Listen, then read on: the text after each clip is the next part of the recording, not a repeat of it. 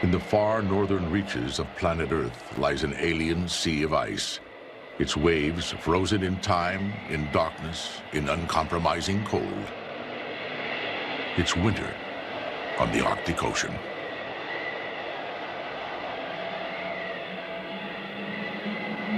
But a great power is returning to conquer this frozen sea.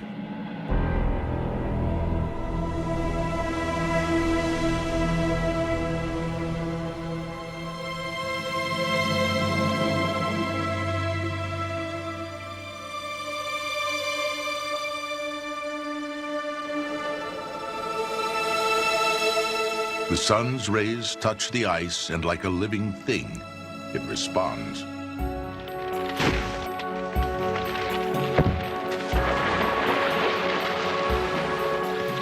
As the ice surrenders to the rising sun, it becomes a world in motion, full of danger and drama.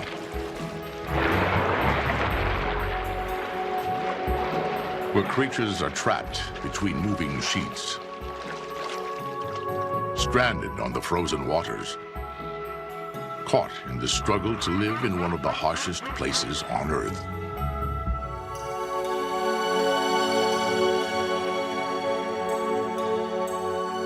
And where the ice meets the open sea, the sun awakens a world of strange and glorious life.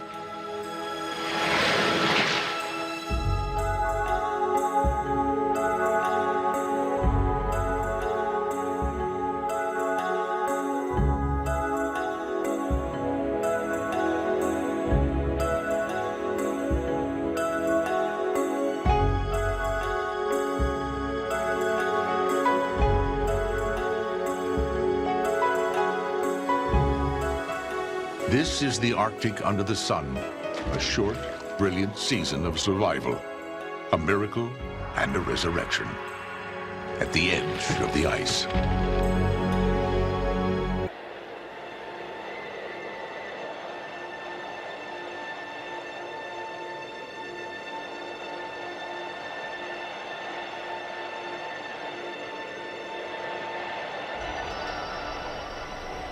After 3 months of winter's hard darkness, the first light of spring spreads a glow across the ice. It's dawn in the Arctic, in the season of eternal sun.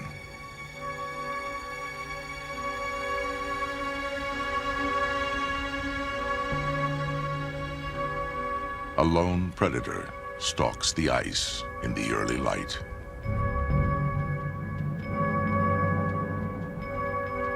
A polar bear is on the prowl, indifferent to the killing cold. Even in temperatures of 50 below, he doesn't hibernate. The bear is the supreme master of winter on the ice.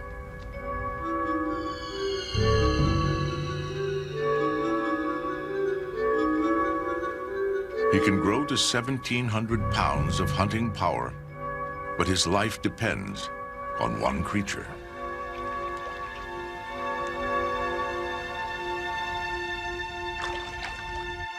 The ringed seal takes a quick breath and returns to his world below the ice.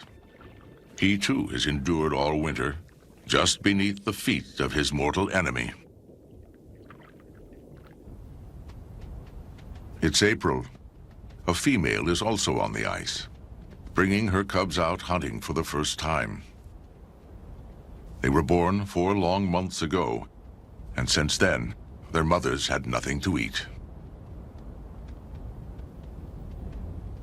Her sense of smell is so keen that she can detect her prey through several feet of snow and half a mile away. She seeks out ridges where drifting snow covers the breathing hole of a ringed seal. Inside this protective snow cap, a seal has dug a lair.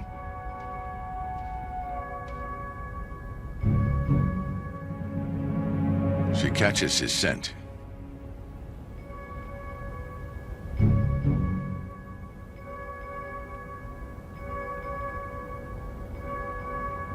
The seal rests, but only sleeps a few seconds at a time, its sharp hearing tuned to danger.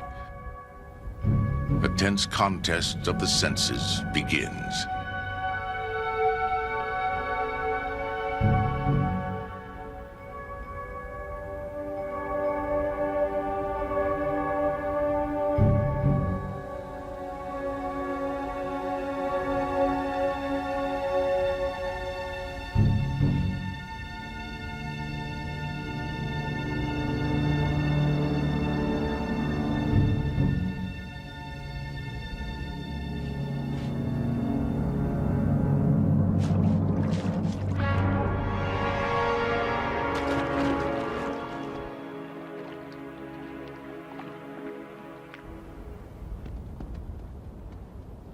Even the top predator on the ice misses 19 times out of 20. And yet the mother bear will need to kill at least 2 seals a week to keep her cubs alive.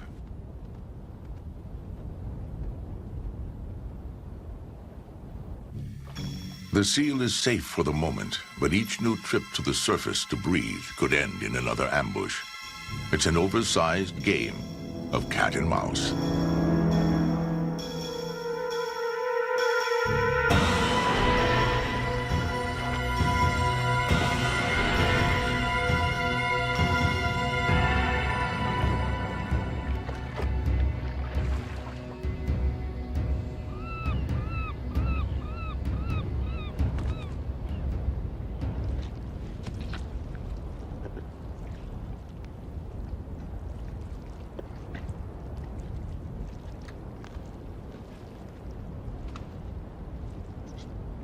The bear eats mostly the blubber, licking bits of fat from the snow.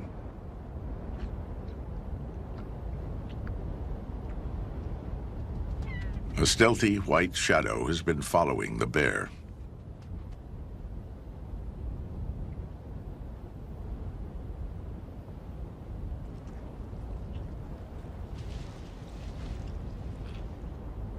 An Arctic fox.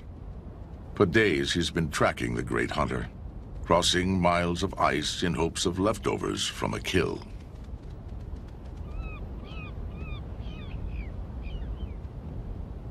When hunting is good, the bear leaves a feast behind.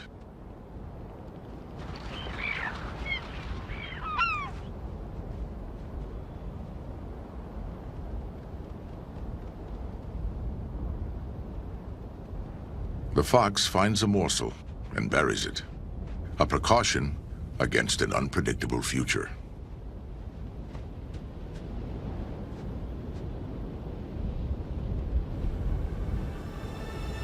The sun now skims the horizon and will not set again for 4 months.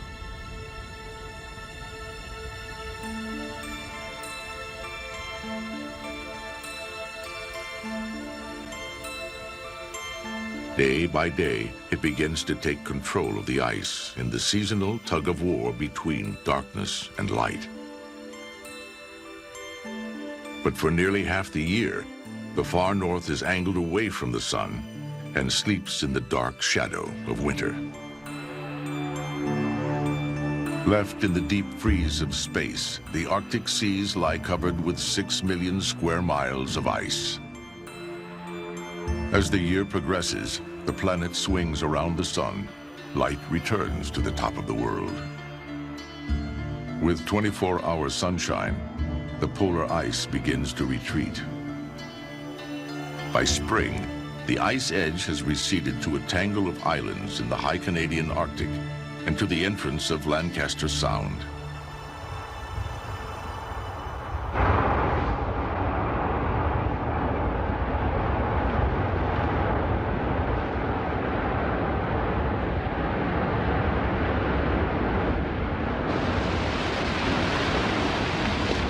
An icebreaker cuts the first breach of the year through 6 feet of solid ice. It brings goods to and from villages and mining outposts 500 miles north of the Arctic Circle. For the ship, the ice is an obstacle. For some, it is home. The Inuit have carved life from this place for 4,000 years. The ice is their world, and spring promises a rich season of hunting ahead.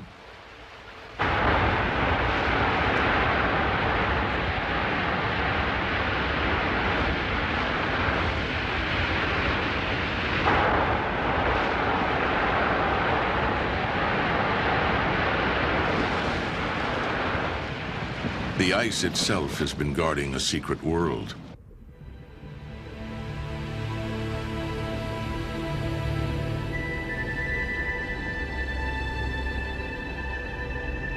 But now the crystal fortress begins to crack, its walls pierced by light.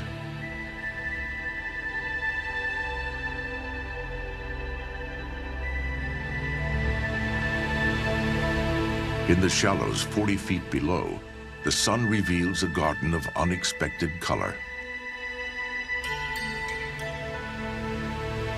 Golden sea anemones, bright orange starfish, and small crustaceans awaken from a winter trance.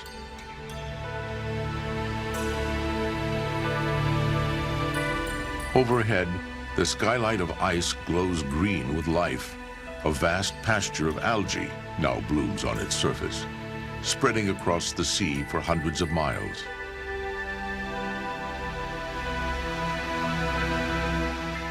Countless young fish and shrimp-like creatures come here to graze.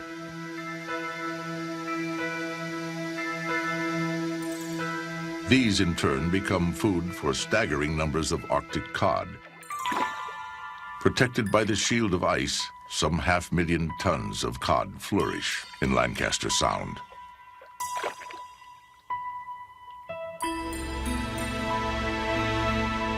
All this abundance is solar-powered. As light floods the water, it sets off an explosion of life.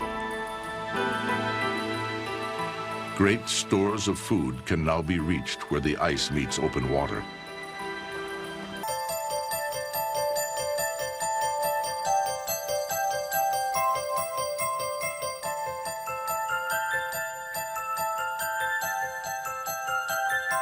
Once beneath the waves, they're the Arctic version of a penguin. With short, flipper-like wings, they dive nearly 300 feet for 3 minutes at a time.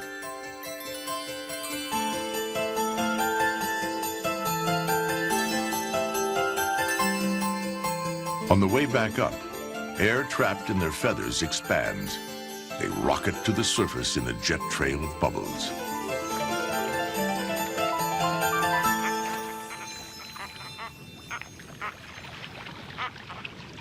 At the ice edge nearby, a polar bear sensed the shifting wind.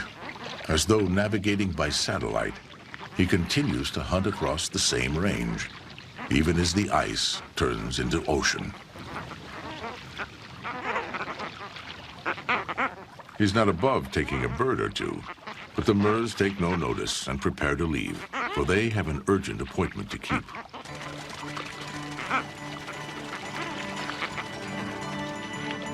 Timing is everything here, and the schedule is set by the sun. The Murs head for land. The short breeding season has begun, and for those who come late, there'll be no second chance. Their destination is a lonely outpost in Lancaster Sound, the towering cliffs of Prince Leopold Island.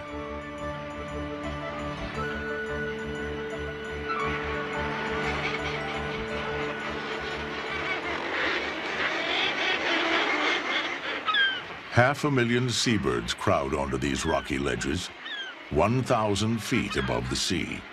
The Murs alone number almost 200,000.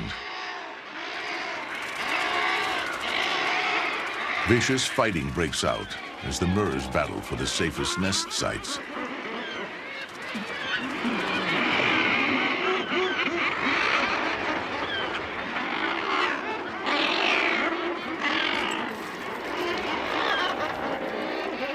They lay only a single egg, pear-shaped, to prevent it from rolling off the narrow rock shelf. The stronger, more aggressive birds win sites midway down the cliff, leaving the weaker birds at the top, where they're most vulnerable. An Arctic fox has been stranded here as the ice retreated from the island. His white winter fur has been replaced by a sleek brown coat.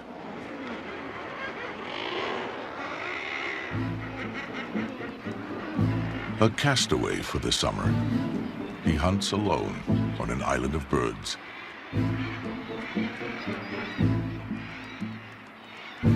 He heads for the cliff, the only place to find food on the island.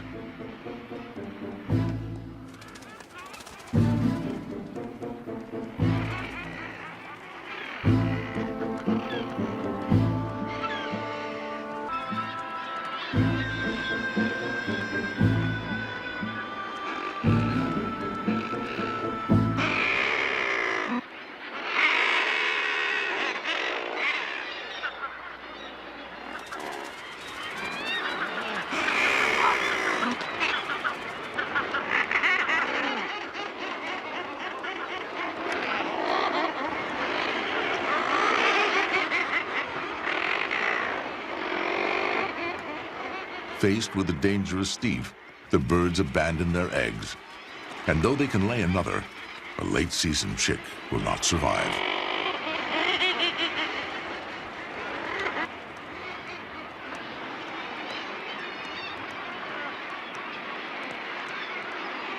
The fox steals all the eggs he can reach, but he'll need dozens each week to stay alive.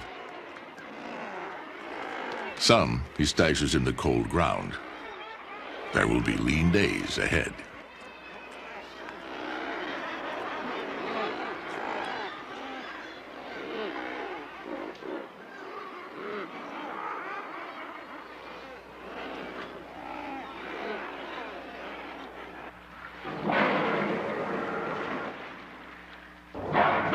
It's June. 100 miles from the island, a fleet of white whales has arrived at the ice edge. Belugas hunting for cod. The sea is suddenly alive with sound.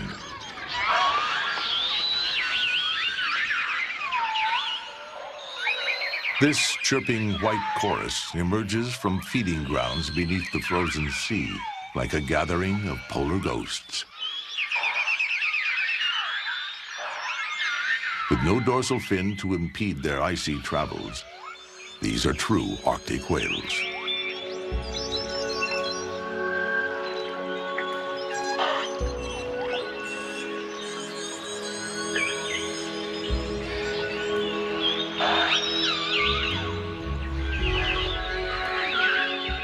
The beluga's rich symphony of sounds hints at the complexity of their lives. Their sonar may be the most sophisticated of any whale. Navigating under miles of ice, they bounce clicks off shifting flows, using a kind of sound imaging to master their world. Their melodies pulse from their rounded foreheads, the frequencies fine-tuned like a focused beam of light piercing the blue depths.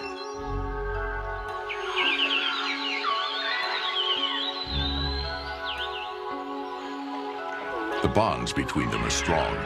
A mother and calf will swim side by side for 3 years. Shadowy gray at birth, they only gradually turn as perfectly white as the surrounding ice.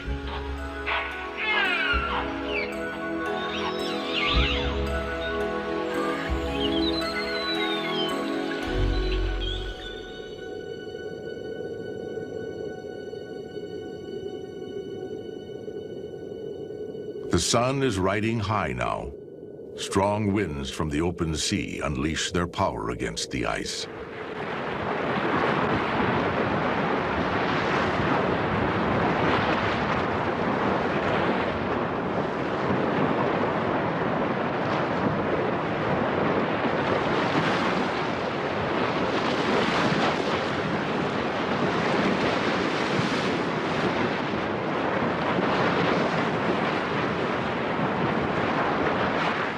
Beaten by wind and wave, weakened by sun and current, the ice fractures, and begins to split apart.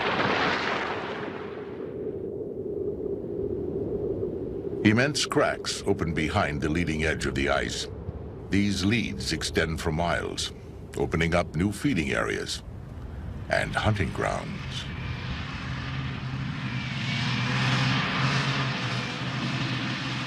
The Inuit are experts at navigating the tricky ice fields of spring. It's a skill born of necessity, of the ancient need to hunt on this ever-changing surface.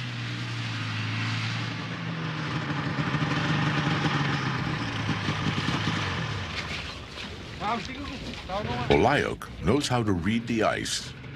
Still, men and machines are sometimes lost.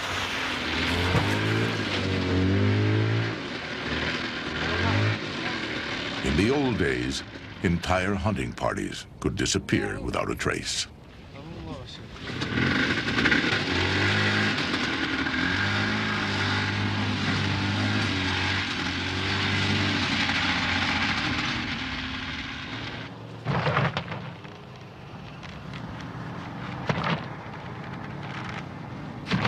They are now 60 miles from home.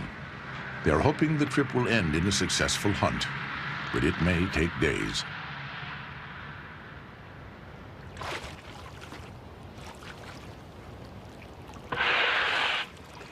Not far away, one of the most aggressive animals in the Arctic hauls out to rest.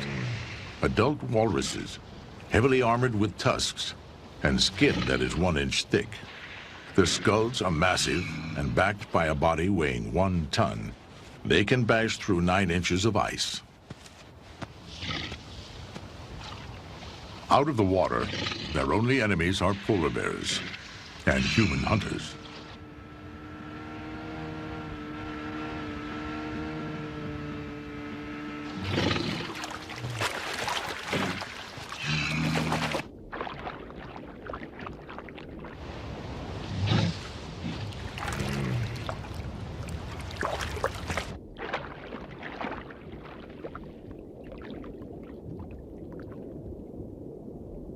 The walrus feed on vast beds of clams, buried 200 feet below in the muddy sea floor. Each one can eat thousands of clams in a single meal.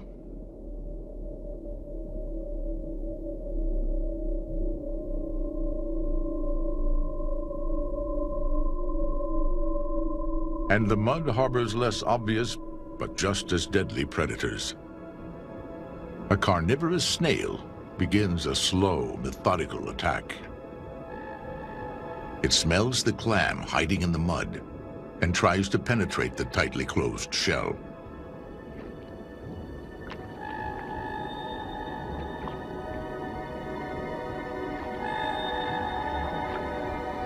But the clam can defend itself with a strong kick from its single foot.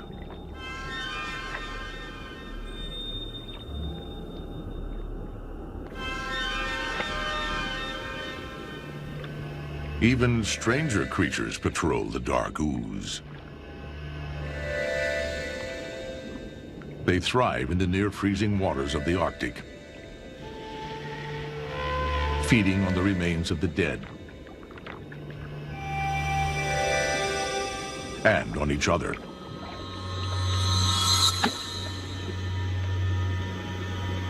Overhead, the surface is warming up. Frozen salt water melts first, and from deep inside the ice, salty brine begins to drain away.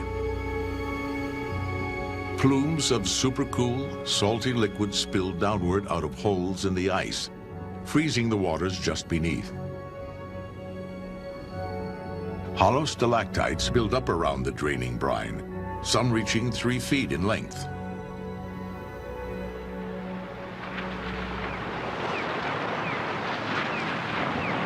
The waves continue to hammer at the ice, and the edge gives way under the relentless assault.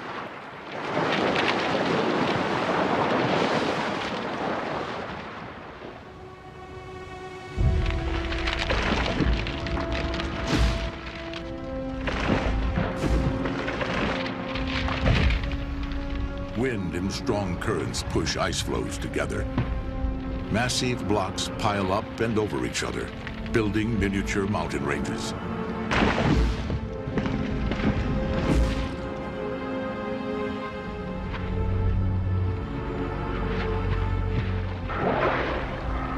In the wake of the shifting ice, giants come to feed.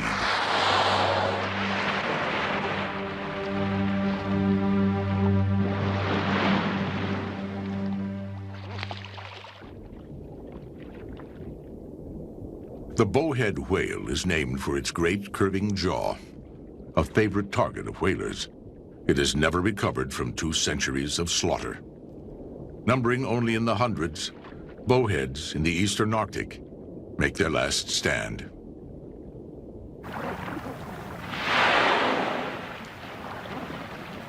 Reaching 60 feet in length, it's the largest animal in the Arctic seas. Yet the bowhead comes to feed on the smallest. Energized by the touch of the sun, the depths now pulse with millions of minute animals.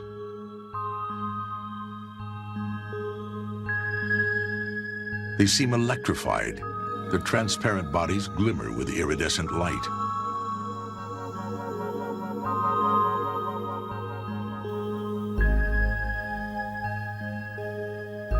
More liquid than solid, these delicate drifters are miracles of survival, wrapped in enchanting beauty.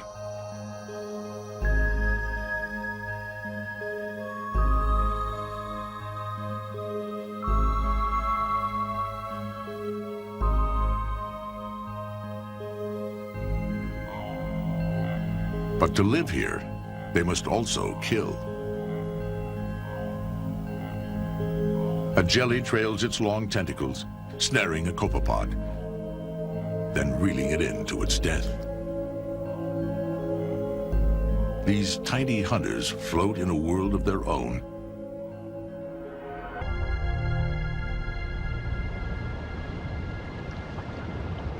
The sun is winning control of the ice, and the surface pools with meltwater. Temperatures now reach a balmy 40 degrees. Dripping water measures the fleeting season, the sound of summer ticking away.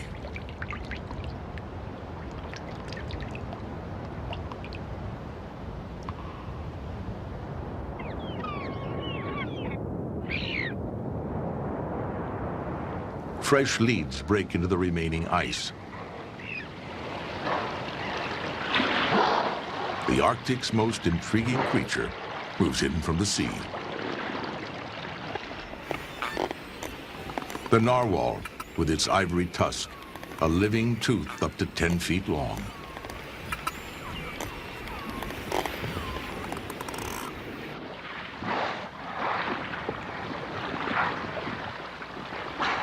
The whales converge along the narrow highway.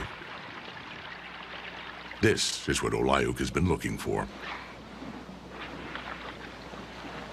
Hunting is at the heart of the Inuit culture, a way of life and skill still passed down from father to son. It's a proud link to the past and the only way to live off the land in the Arctic.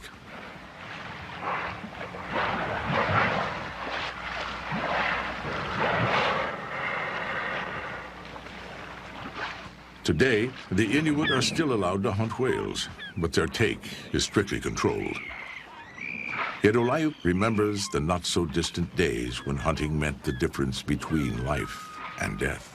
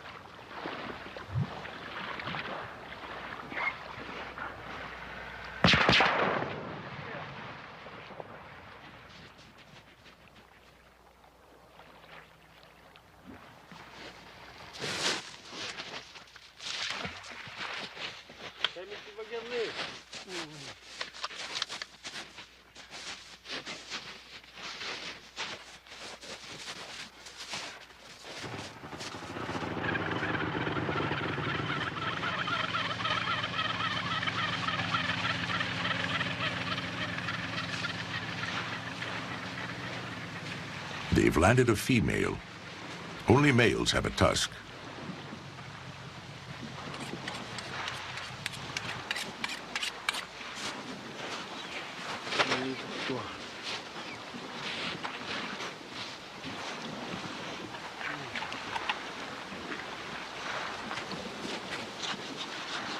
Whale skin is especially nutritious, high in vitamin C. Without such a diet, the Inuit would have suffered from the scurvy which plagued many Arctic expeditions. Eaten raw, it's a delicacy called muktuk.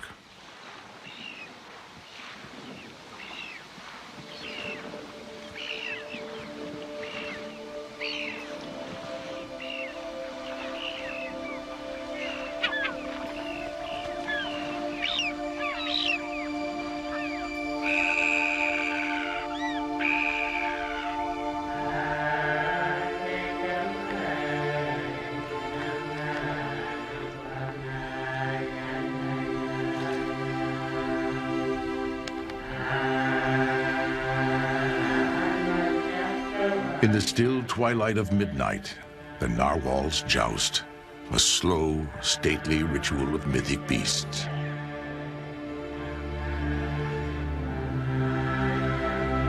The purpose of their strange single tusk remains a mystery. Like the peacock's tail and the lion's mane, it may serve as a banner of male prowess. It could be a weapon, but it's the stuff of legend. In the Middle Ages, the tusks were sold as unicorn horns for 10 times their weight in gold.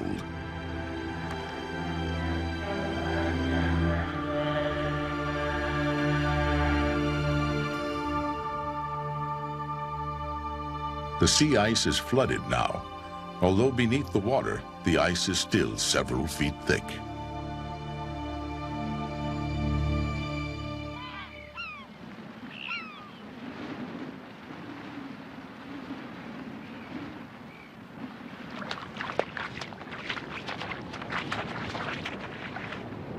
Out on the melting surface, an abandoned ring seal has lost her bearings. She has wandered away from her breathing hole and cannot find her way back.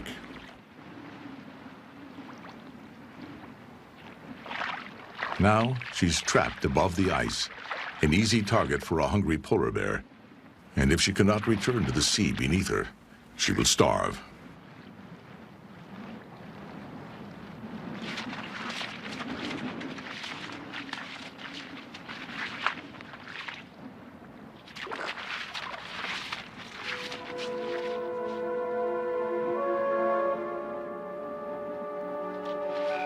The young seal is now exhausted, but luck finally leads her to a hole in the ice.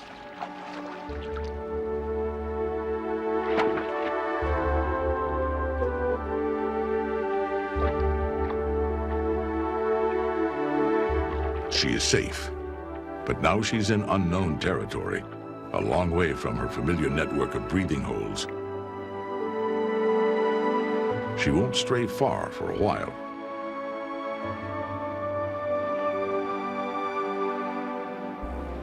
All around her, the ice is changing. The pasture of algae that once blanketed the surface has sloughed off and joined together in flowing ribbons of green.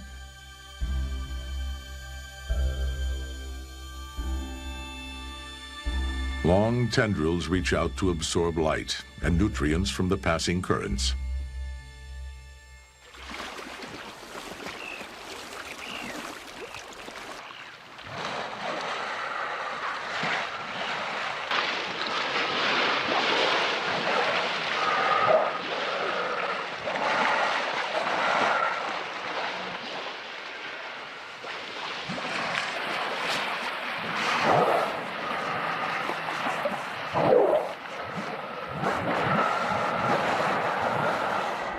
Then, suddenly, as unpredictably as it closed, the lead reopens.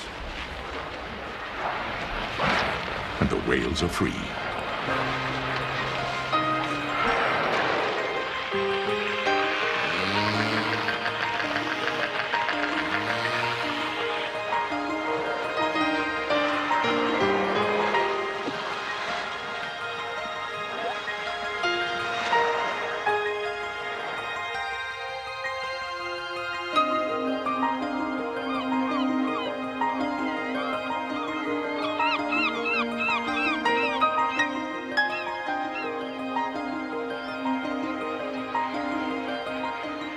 High off the cliffs of Prince Leopold Island, fulmars and kittiwakes ride the wild winds.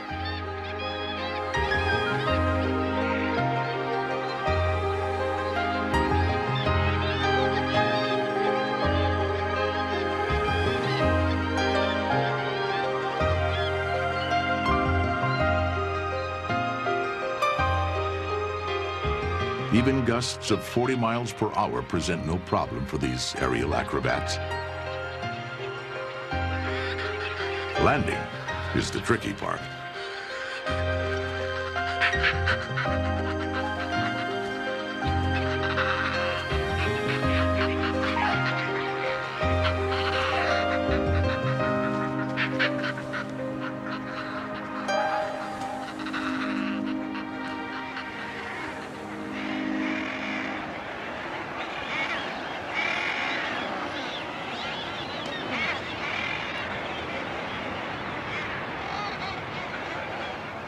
There's new life in the Mer colony.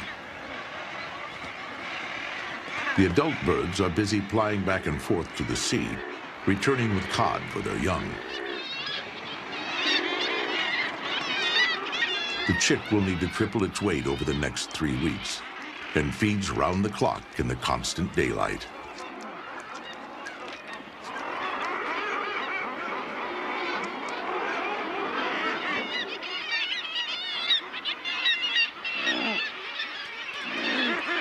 At the top of the cliff, Glaucus gull chicks are hungry too.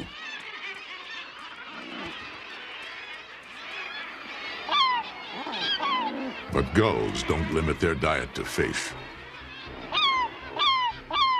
This one goes hunting closer to home, looking for an unprotected chick.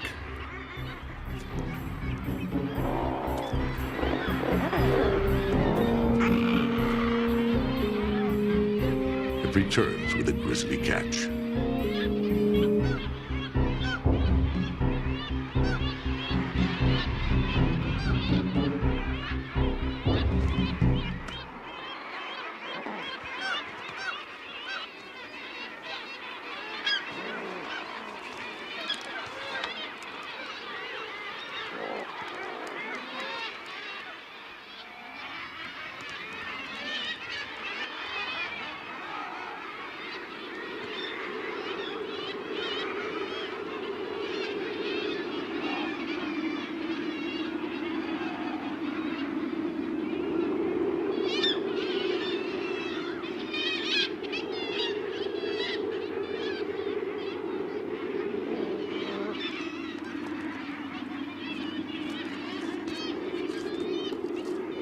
For the fox, these are hungry times. Egg laying is over and the chicks have hatched out of his reach. He has only his store of buried eggs to see him through.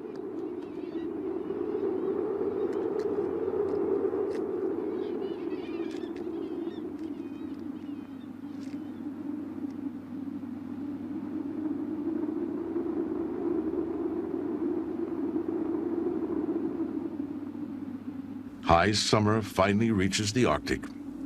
The last remnants of ice swirl near the shores of Lancaster Sound. The frozen sea is broken at last, drifting in tattered pieces on the current.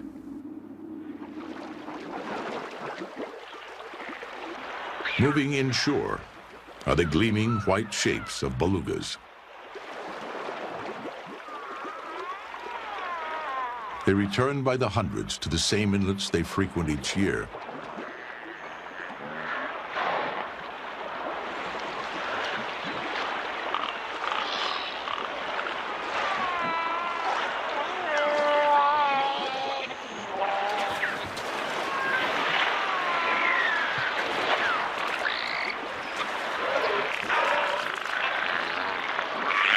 Their smooth, white skin has turned yellow and wrinkled. It's time to molt.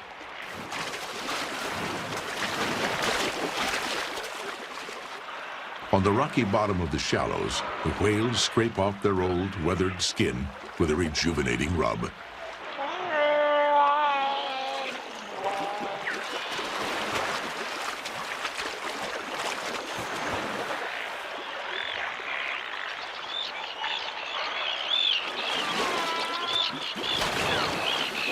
Terns wheel overhead and dive for bits of molded skin.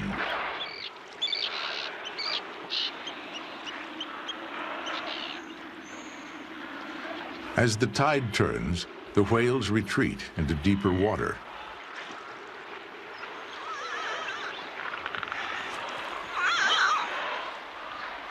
But one young beluga has pushed too far inshore.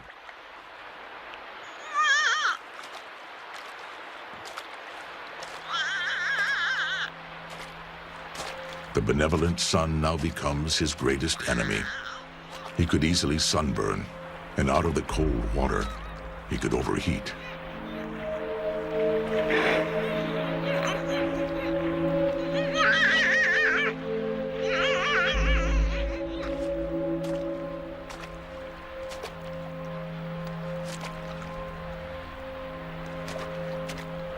The others can do nothing.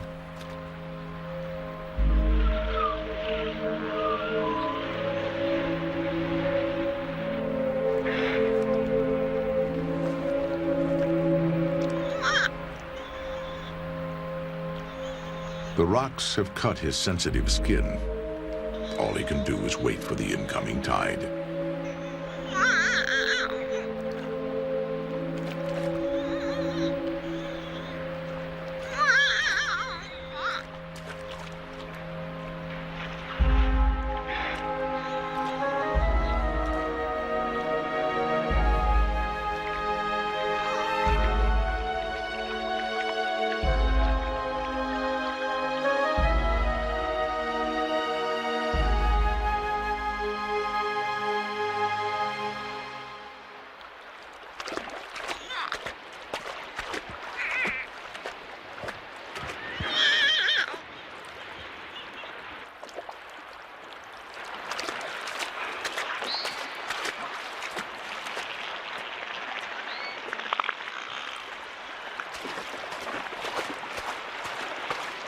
With one last surge, the young beluga recovers his freedom.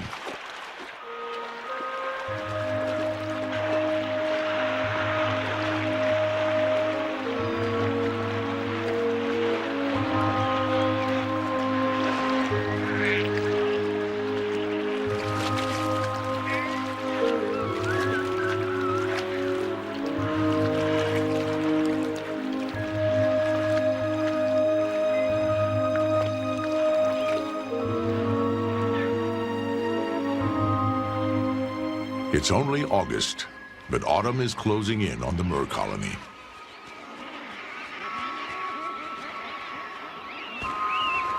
The chicks are just 3 weeks old, still unable to fly. Yet the time has come to leave the island. Escorted by its father, the chick makes its way through a gauntlet of hostile adults still defending their ledges.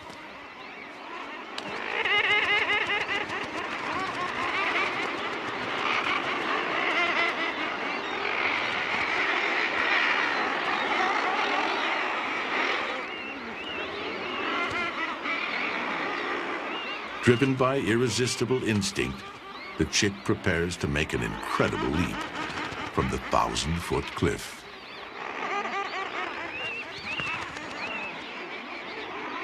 With his father close behind, he plummets to the waters below.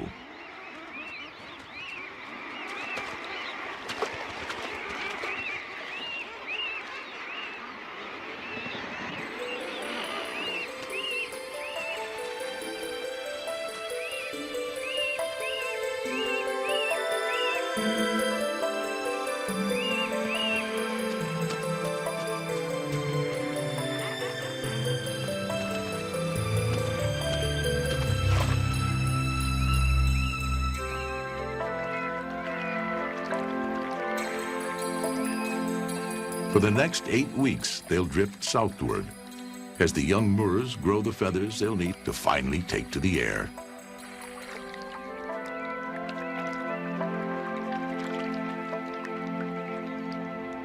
The fox is left alone. His stash of eggs is gone, and he may starve before he can escape the island.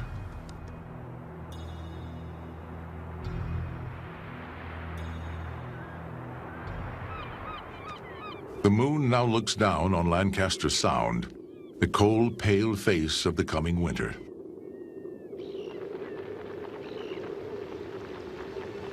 All across the Arctic, animals are on the move, fleeing the coming freeze. The cold is returning to claim these seas.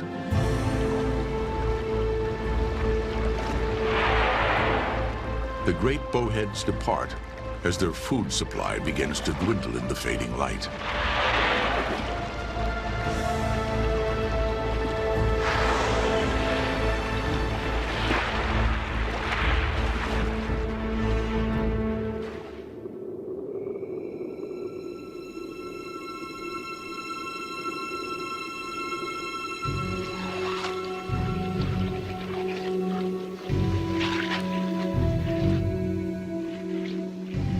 Slowly, the surface begins to transform.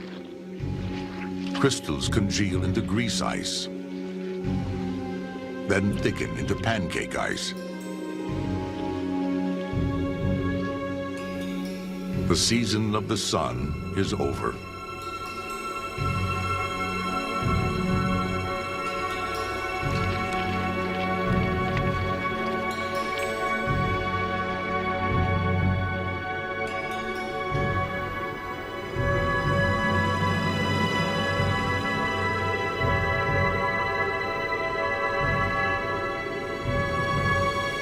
Soon, winter and the white bear will stalk the ice once more.